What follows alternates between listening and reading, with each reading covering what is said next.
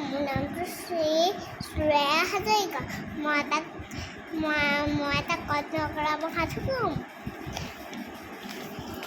এখন হাবি এটা কেতেৰা পুহিছে, তাৰ নাম কণ্ঠকৰা।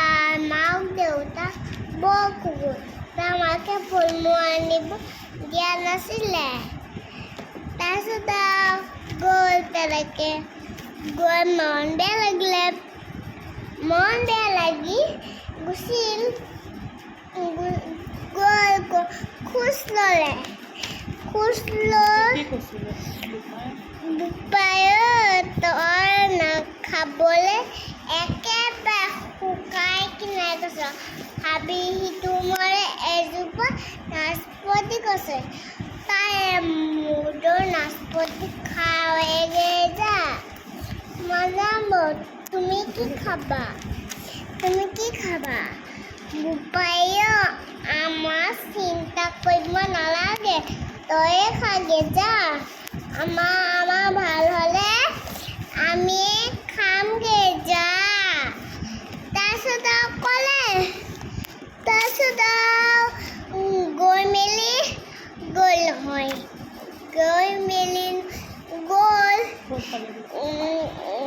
খোজ হাবি সিটো হাবি পালে নাচপালেগৈ নাচপতি গছৰ তল পালেগৈ। নাচপতি তল পালেগৈ। তাৰপিছত নাচপতিবিলাকৰ চিট পৰি পালে। নাচপতি দেখিলে খালে নে নাই? খাই কৈ চিট হৈ পৰিল। নাচপতিকেইটা কি কৰিলে? নাচপতিকেইটা ঘৰলৈ যাব ধৰিলে। নাচপতিকেইটা কি কৰিলে? কণ্ঠকৰামে বুদ্ধি কৰি পেলাই সজাই ল'লে।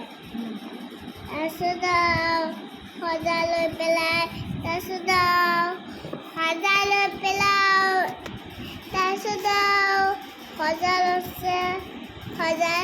কণ্ঠকৰামে ভোকতে কষ্ট পাবলৈ ধৰিলে। তাৰপিছত ঘৰলৈ যাব ধৰিলে। গ'ল নহয় ঘৰলৈ কেইটা নাচপতি আছিলে? চাৰিটা, পাঁচটা, চাৰিটা। ঘৰ পালেগৈ। মাকে বাপেকে দেখি কি পালে? হেৰি পালে,